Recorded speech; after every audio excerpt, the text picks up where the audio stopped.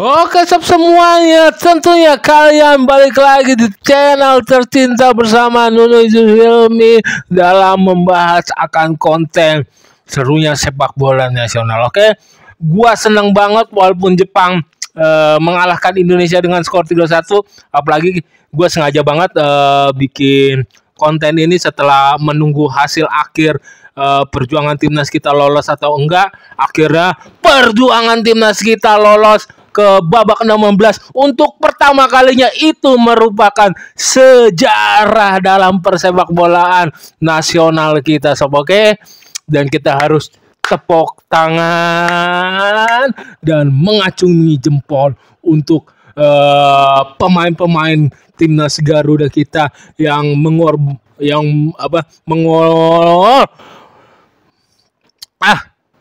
mengobarkan bendera merah putih.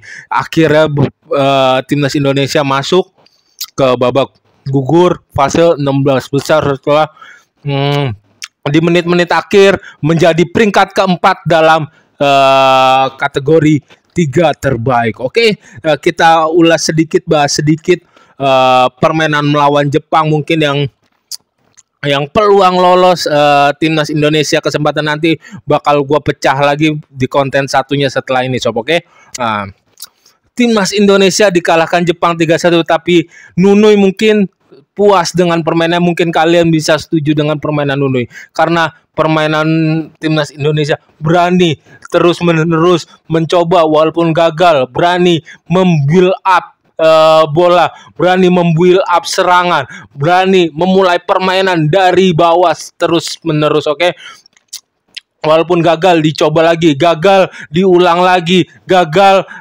dibentuk lagi permainan build up Indonesia dari bawah. Oke,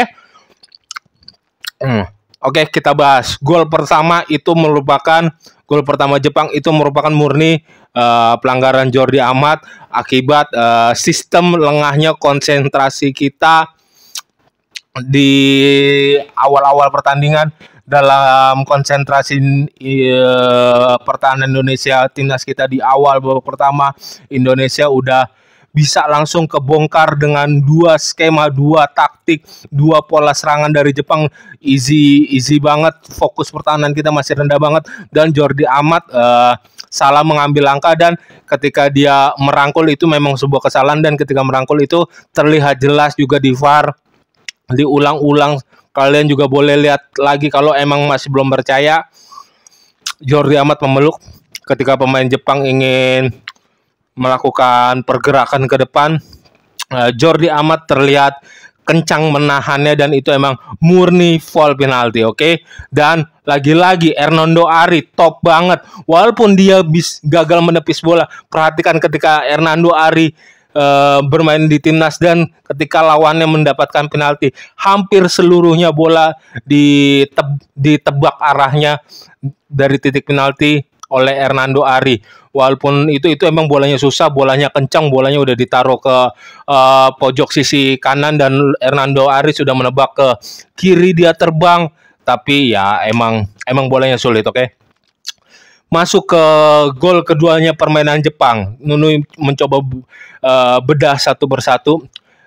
Gol keduanya permainan Jepang itu merupakan skema counter attack yang Jepang yang super cepet banget. Timnas kita tuh ibaratnya transisi posisi negatif ke positifnya udah lumayan baik, tapi dari positif ke negatif itu transisi dari attacking ke defense masih lambat banget, dan itu berhasil dimanfaatkan dengan baik oleh Jepang, berhasil dijelajah dengan baik oleh Jepang, sehingga Rizky Ridho keteteran pas bola di build up dari sisi pertahanan sebelah kanan, kiri serangan Jepang, dan sayangnya Hapner juga sangat lengah watching ball dalam seharusnya dia bisa mengintercept ataupun mengclearance bola, memblok bola. Oke, dan ya bolanya dengan mudah karena posisi Hernando Ari udah jatuh, udah sangat out position. Oke sob, kita melangkah ke gol ketiga Jepang. Gol ketiga Jepang ya gimana ya, itu Arhan ketinggalan satu langkah, dia telat menutup ruang dan pergerakan pemain Jepang bagus banget ketika meninggalkan Arhan, dan itu murni nggak offside karena ada setengah badan Jordi Amat yang tertinggal di garis line. Kalian bisa ulang-ulang juga VAR-nya, dan dipassing ke striker utamanya nomor 9. Striker utamanya dengan gampang dia cut inside, dia capping, lalu dihajar, udah berhasil diblok sama Hafner, cuman bolanya malah mental ke gawang. Itu bukan kesalahan Hafner, itu emang udah bola sulit, walaupun udah diblocking apapun. Kalau misalkan itu keluar, itu malah luck lagi, oke? Dari Indonesia. Tadi Indonesia pertama udah luck ketika Hernando Ari awal-awal babak tuh, sebelum terjadi kejebolan kalau nggak salah, ketika Indonesia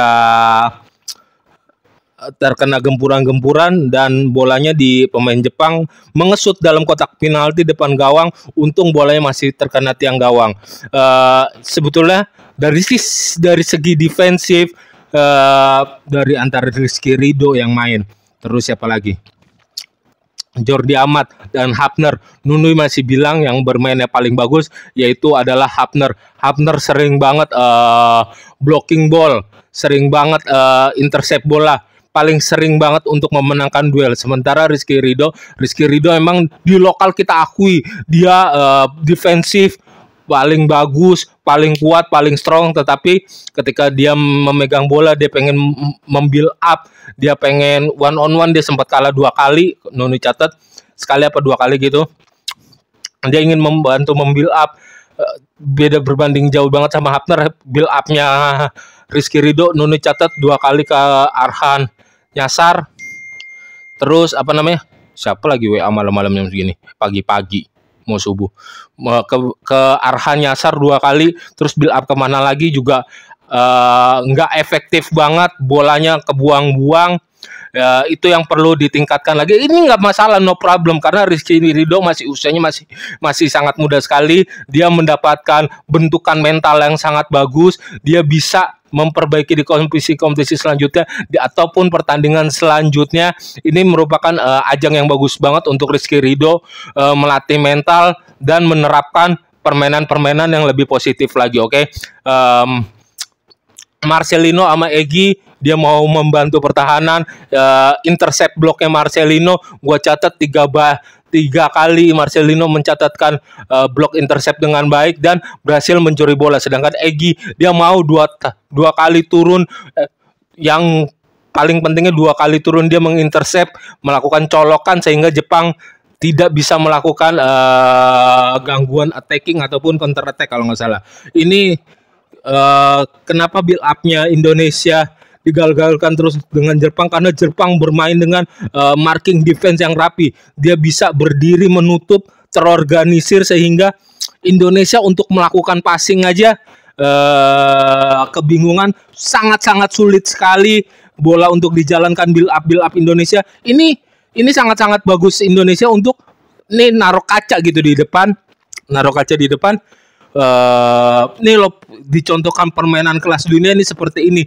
Jepang emang levelnya terlalu tinggi, terlalu 3 tingkat di atas Indonesia mungkin, dan Indonesia bisa memetik pembelajaran berharga lewat permainan-permainan itu. Dan akhirnya keputusan Sintayong memasukkan Elkan Bagot dan dijadikan striker itu merupakan good momen juga. Gue beli nilai 87 untuk pemikiran Sintayong tersebut, karena buat golnya Sandy Walsh juga terjadi karena lemparan Arhan. Saking terorganisirnya marking Jepang buat lemparan ke dalam aja, Indonesia jarang dapat, sob. Kalian perhatikan semuanya itu. Ini lemparan keempat atau kelima, pokoknya nggak sampai ngelebihin itu.